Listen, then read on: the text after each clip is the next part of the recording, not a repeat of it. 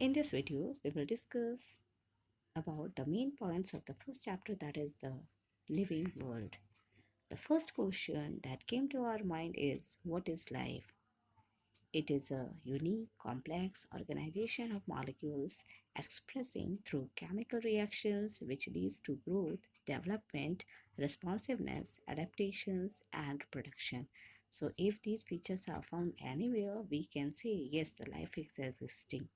Now, the next question which should came to our mind is, what is a living organism? We should try to find the answer of this question. Before getting the answer, we should try to find the important features of any living organism and whether they are the defining features or not. The first feature of any living organism that we are knowing is growth, which is the increasing number and mass of the cell, which takes place by the process of cell division.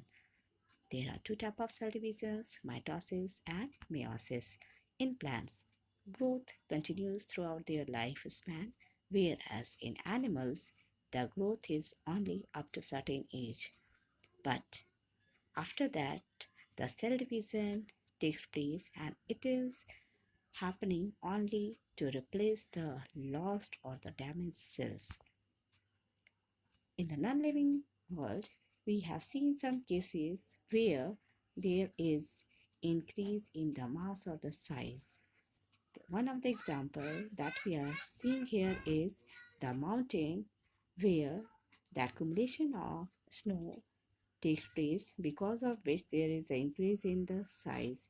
Can we consider it to be the property that yes, growth is taking there? The answer is no, because in living organism, growth always occurs from inside. But here we have seen in case of mountain that the growth is occurring from outside because of accumulation of the snow. The next feature is reproduction. It is the ability of any organism to produce their young ones.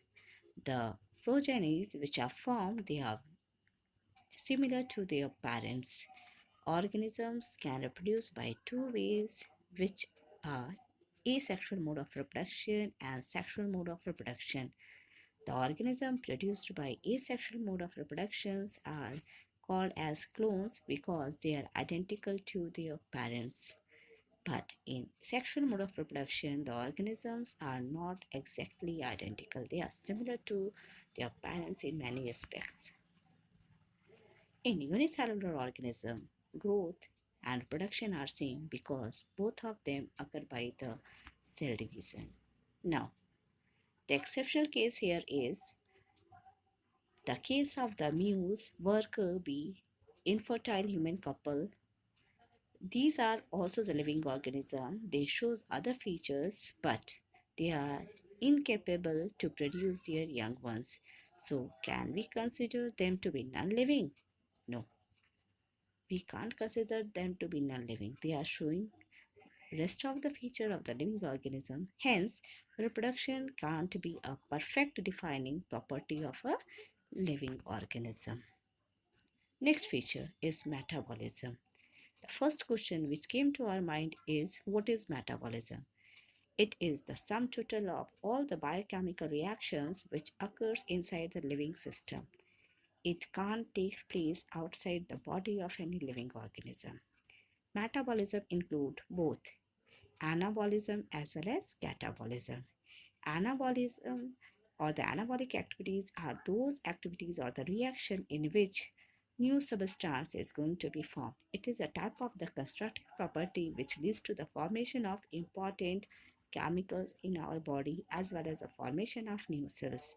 Whereas catabolism is considered to be the destructive property because it leads to the broken down of a large molecule into the simple one, or the damage of the older cells. So inside the body, every time both the type of the chemical reactions are taking place, and it can only occur inside the body of any living organism. Sometimes the chemical these type of metabolic reactions can be performed outside in vitro conditions, but they cannot happen by themselves. Hence, we can say the metabolism to be a defining property of a living organism. The next feature is cellular organization. We know every organisms are made up of cells. Cells are the structural and functional unit of any living organism. Cells combine together to form tissues leads to the formation of organs associate together and works to form the organ system, which leads to the formation of an individual. Hence, the cellular organism can be considered to be the defining feature of a living organism. The next feature is consciousness. It is the ability of any organism to sense their environment and respond accordingly. All organisms are aware of their surrounding and they respond according to the stimulus present around them.